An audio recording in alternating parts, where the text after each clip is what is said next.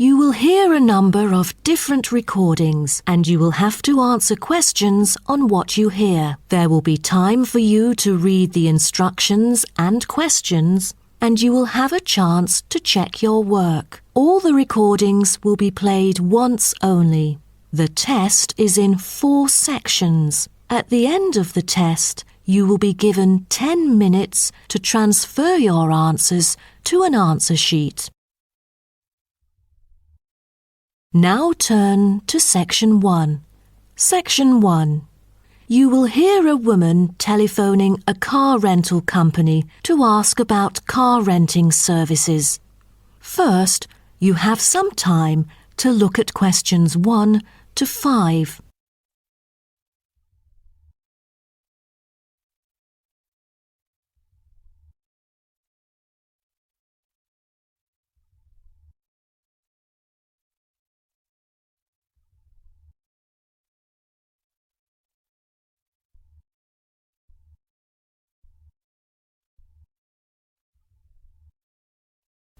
You will see that there is an example which has been done for you.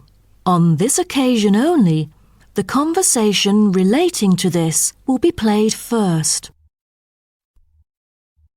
Hello, First Choice Car Rental. How may I help you? Oh, good morning.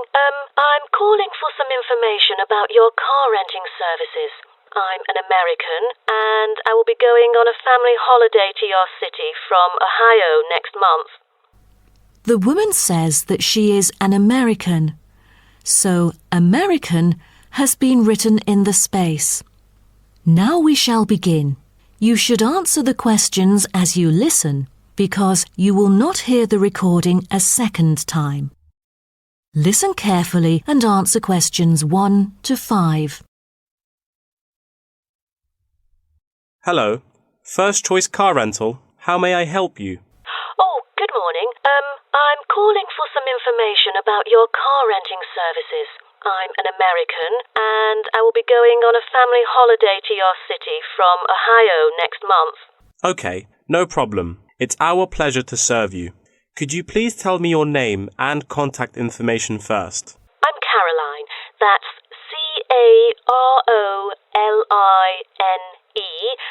And my telephone number is 0419-6570-156. Okay, I've got that. And how can I send you our quotation? If you are satisfied with our arrangement, is email all right, or should I send it by post? The latter, please. I'm afraid I'd prefer to read it on paper. That's no problem. I'm considering renting a caravan for a week, but I don't really know the price range for it, since I haven't rented any car through that method before. I think it should be within my budget of $50. You know, we have various caravans at different renting prices, according to the class of vehicle, facilities inside, mileage, etc. I'd recommend the Explorer, taking your budget into consideration, which is of good value and will cost you $39 per day. Is that okay? Of course, that's fine for me. I know the Explorer. That could save me $11 each day. You know, a family holiday will be costly. That van is perfect. I'm glad that you like it. So, do you have any particular requirements about your room in the van? How many beds are there? 1 twin bed. But there are 3 of us. My mum, daughter, and me. So, can we add another bed? No problem. For the facilities, I think a kitchen is the most important. And, of course, the stove. Before you hear the rest of the conversation, you have some time to look at questions 6 to 10.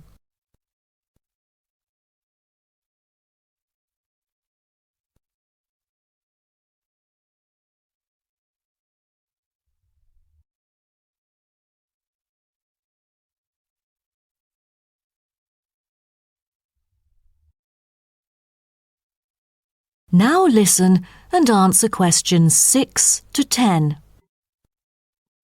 In our vans, such as Explorer, there are all the basic bedding materials you need, like pillows and blankets, as well as some equipment for daily life. And many things can be added into your room according to your needs, such as a coffee maker. Well, I need to in case it'll be cold at night, and a microwave, of course. All right, I've taken notes of all these things. Actually, all our vans should be taken from our company, which is not too far from the city centre, so we can pick you up from the centre for free. Is that okay? Oh, I'm afraid we'd better be picked up from the airport, as we are foreigners in your country and not familiar with the transport system. Is that all right? Yes, it is no problem. With that comes the information for the insurance. I need the driver's name and age. That is my daughter, Chris, who is 19, the youngest driver amongst us three.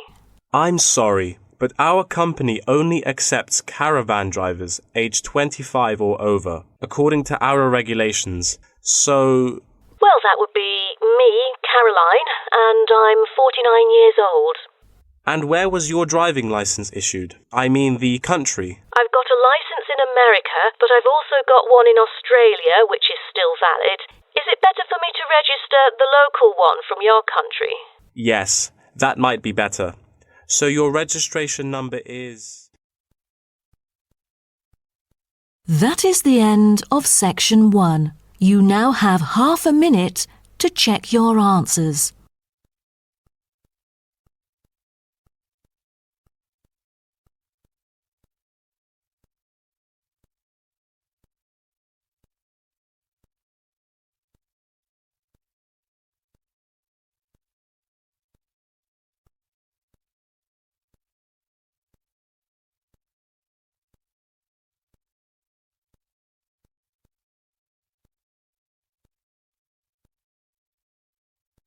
Now turn to Section 2. Section 2. You'll hear a talk between a host and a professor called Alison Downing about cocoa beans. First, you have some time to look at questions 11 to 16.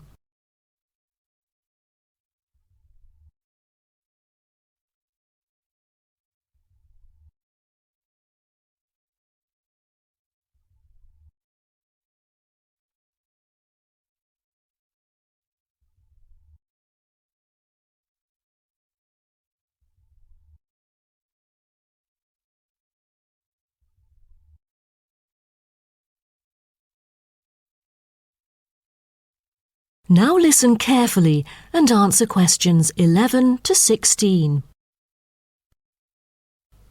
Hello and welcome to today's talk. Here with me is the famous botanist, Professor Alison Downing. So, Alison, tell us something about cocoa beans. Cocoa beans, also called cacao beans, are the primary constituent in making chocolate. Grown in tropical areas in South and Central America, West Africa and Asia, the cocoa tree is often raised on small family-owned farms. When the harvested pods are opened to expose the beans, the pulp and cocoa seeds are removed and the rind is discarded. The pulp and seeds are then piled in heaps, placed in bins or laid out on grates for several days. During this time, the seeds and pulp undergo a process called sweating, where the thick pulp liquefies as it ferments. The fermented pulp trickles away, leaving cocoa seeds behind to be collected. This is when the beans are harvested, and then the bags holding them are ready to be transported. But the most important step in processing the cocoa bean is cleaning it. Once the beans are unloaded from the railroad cars, the packages are opened and then weighed by machines. Then the pods are split and the seeds or beans are covered with a sweet white pulp or mucilage. On arrival at the factory, the cocoa beans are sorted and put in a hopper to be cleaned more rigorously. The wet beans are then transported to a facility so they can be fermented and dried. They are fermented for 4 to 7 days and must be mixed every 2 days. They are dried for 5 to 14 days, depending on the climate conditions. The fermented beans are dried by spreading them out over a large surface and constantly raking them. Then the beans are ready to be roasted. Now, roasting takes place at a high temperature, and then the beans are boiled in a heated chamber. During the roasting process, the beans will be expanded and cracked. But prior to this, the beans are trodden and shuffled about using bare human feet. During this process, red clay mixed with water is sprinkled over the beans to obtain a finer colour, polish and protection against moulds during shipment to factories in the United States, the Netherlands, the United Kingdom and other countries. Now, back to what I was saying. After the beans are cracked, they need to be cooled. Then the roasted beans are sealed in pockets. Before you hear the rest of the talk, you have some time to look at questions 17 to 20.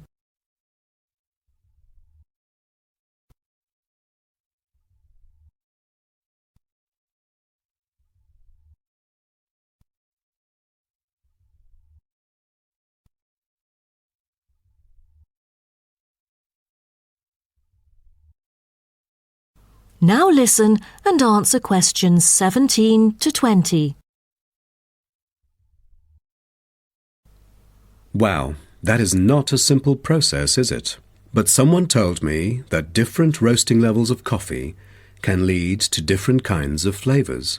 Yes, roasting coffee transforms the chemical and physical properties of green coffee beans into roasted coffee products. The roasting process is what produces the characteristic flavour of coffee by causing the green coffee beans to change in taste. Unroasted beans contain similar, if not higher levels of acids, protein, sugars and caffeine as those that have been roasted, but lack the taste of roasted coffee beans due to the Maillard and other chemical reactions that occur during roasting. The vast majority of coffee is roasted commercially on a large scale, but small-scale commercial roasting has grown significantly with the trend toward single-origin coffees served at specialty shops. Some coffee drinkers even roast coffee at home as a hobby in order to both experiment with the flavour profile of the beans and ensure the freshest possible roast. So here, I'm going to introduce some of these roasted coffee beans and their special flavours. Now, the first crack is lighter bodied and has a higher acidity level with no obvious roast flavour and is popular for its special mild taste. This level of roast is ideal for tasting the full original character of the coffee. The green beans are raw, unroasted coffee beans. They are strictly hard beans with a smoky flavour and are slightly acidic. We've also got French roast, and the flavour that comes across in French roast coffee usually has more to do with the roasting process than the actual quality of the beans. By the time the beans are dark enough to qualify as French, most of their original flavour has dissipated. In its place come the flavours of caramelising sugar, bittersweet coffee, and often a bit of chocolate. And finally, espresso smoky. That is, coffee brewed by forcing a small amount of nearly boiling water under pressure through finely ground coffee beans. Espresso is generally thicker than coffee brewed through other methods, has a higher concentration of suspended and dissolved solids, and has creamer on top. As a result of the pressurised brewing process, the flavours and chemicals in a typical cup of espresso are very concentrated. Espresso is also the base for other drinks, such as cafe latte, cappuccino, cafe macchiato, cafe mocha, flat white or cafe americano. That is the end of section 2. You now have half a minute to check your answers.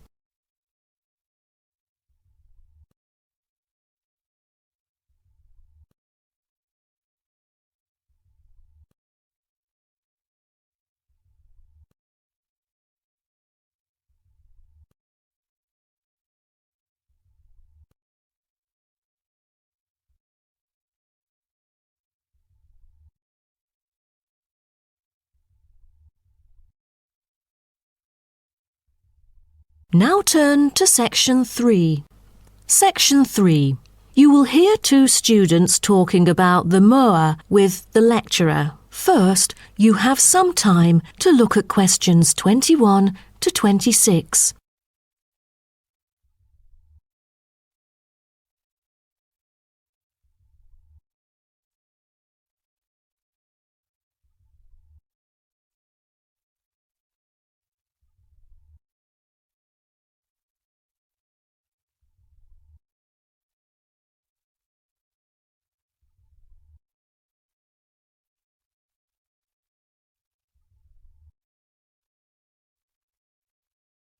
Now, listen carefully and answer questions 21 to 26. Thank you all for coming here today to hear about the moa, a kind of animal which has been extinct for a long time. Well, first of all, we look at what the moa are. The moa are 9 species of flightless birds endemic to New Zealand. They were the dominant herbivores in New Zealand's forest, shrubland and subalpine ecosystems for thousands of years. But around 500 years ago, they all went extinct. When I mention extinct animals during ancient times, you may immediately think of dinosaurs, which disappeared around 66 million years ago. Fossils of dinosaurs, which we use to study, are large in number, but not many of those of moa remain, though both animals appeal to people today. So, the moas sound more mysterious now. But sir, I've got a question about these flightless birds. How can we distinguish them from other birds? That's a good question. Birds are commonly characterized by being warm-blooded, having feathers and wings, usually capable of flight, and laying eggs, while the flightless moa, until their extinction, were the largest birds in the world. Their heads are relatively small in relation to their bodies, and they are the only wingless birds lacking even the vestigial wings and substantial tailbones in their family.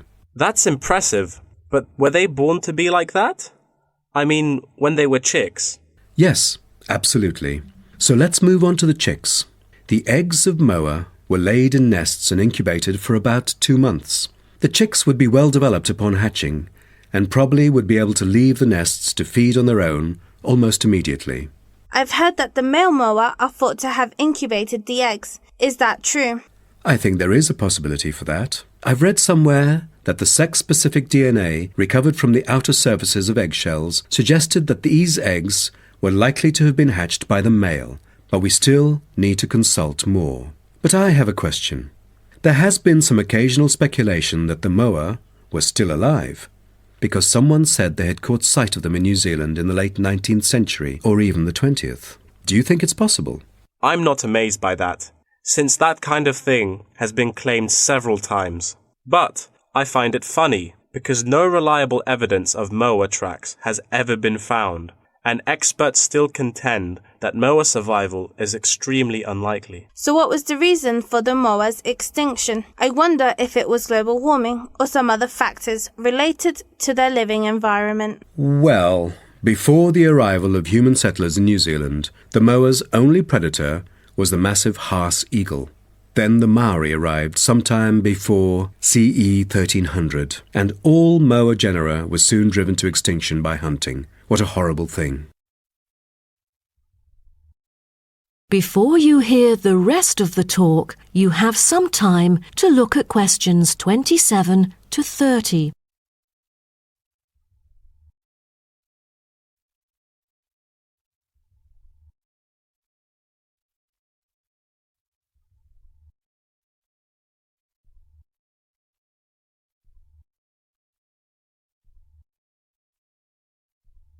Now, listen and answer questions 27 to 30.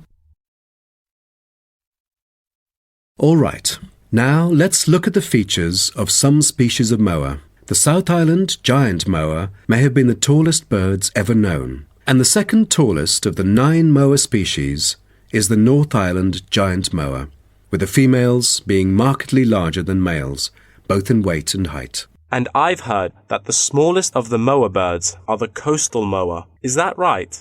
Yes, you were right. And have you heard about any other kind of moa before? I know the crested moa. The eggs they laid may be larger than others. As they mainly lived in the remote interior of the southern island, their fossils are rare or absent in archaeological sites, and no egg remains have yet been identified. Are there any species of moa that have got more fossils? Yes, of course. A considerable amount of remains of the stout-legged moa exist, due to the well-preserved properties of their habitat. Their skulls reveal relatively bad vision, a good sense of smell, and a very short bill. Then there is the eastern moa.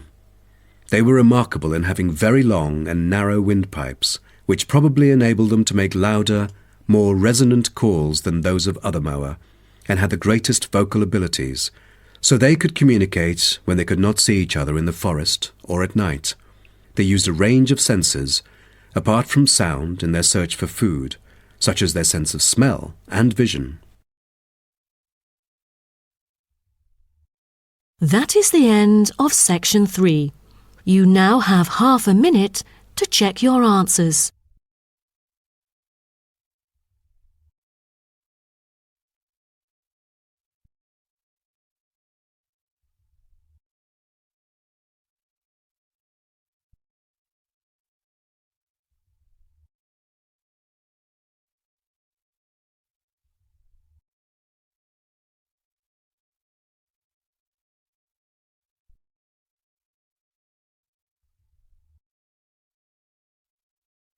Now turn to section 4. Section 4. You will hear part of a lecture about time measurement. First, you have some time to look at questions 31 to 40.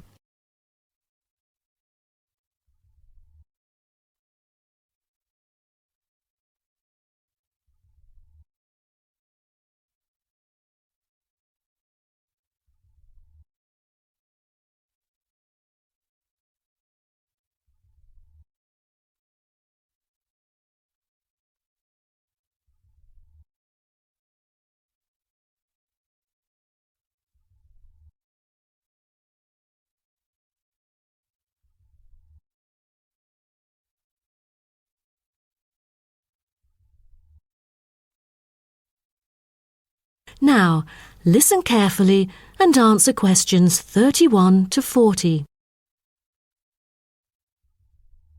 Good morning, everyone. Today, I'm going to talk about the research project I've been involved in on time measurement.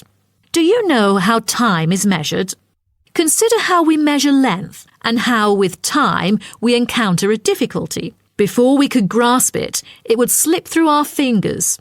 In fact, as we can see, we are forced to have the resource to measure something else, the movement of something in space or a set of movements in space. All the methods that have been employed so far really measure time by a motion in space. The measurement of time is no easy matter, a scientific unit only arrived at after much thought and reflection.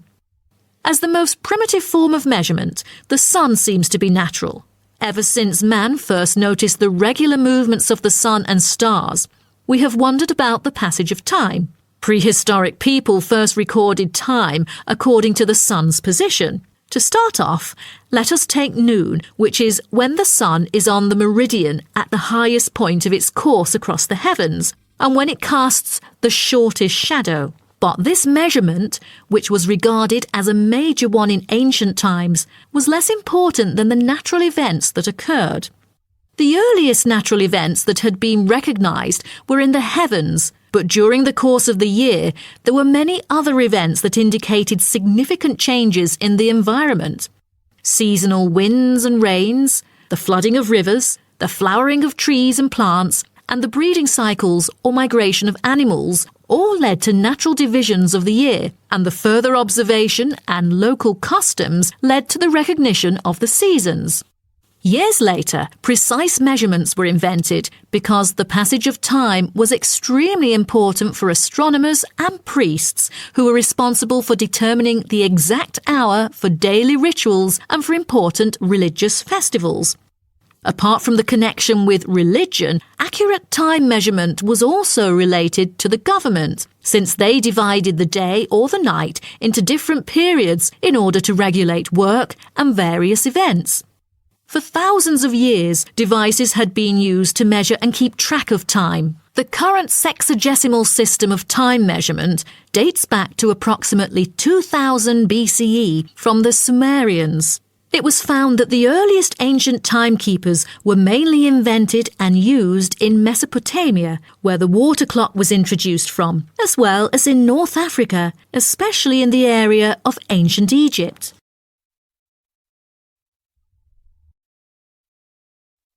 So, now I'd like to introduce you to some of the most well-known ancient timekeepers, as well as the disadvantages of them, for which they were replaced by various new forms of clocks that were used afterwards.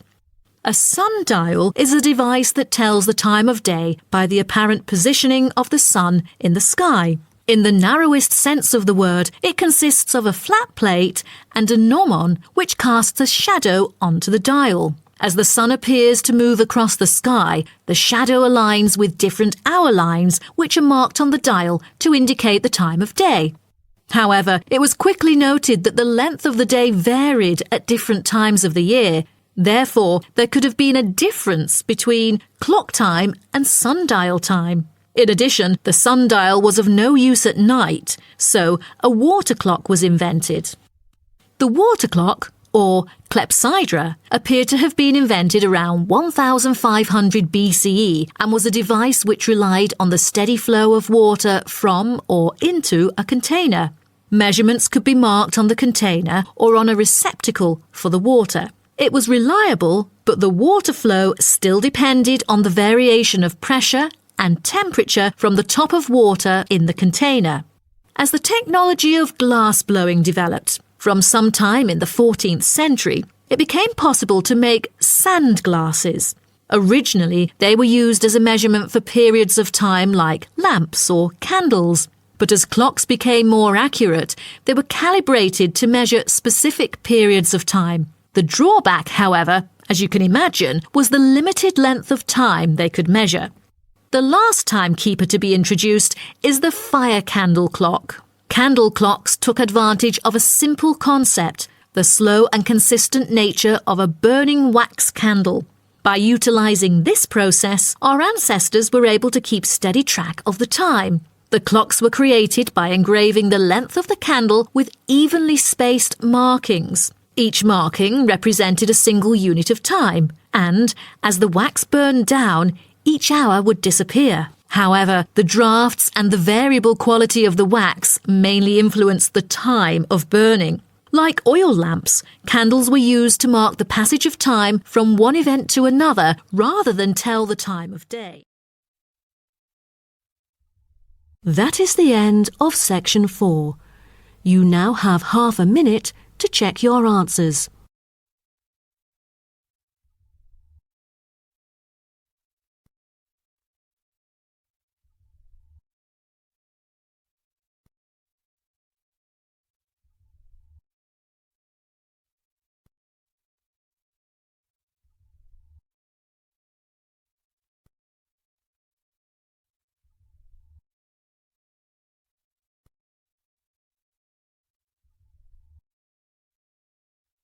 That is the end of the listening test. In the Ielts test, you will now have 10 minutes to transfer your answers to an answer sheet.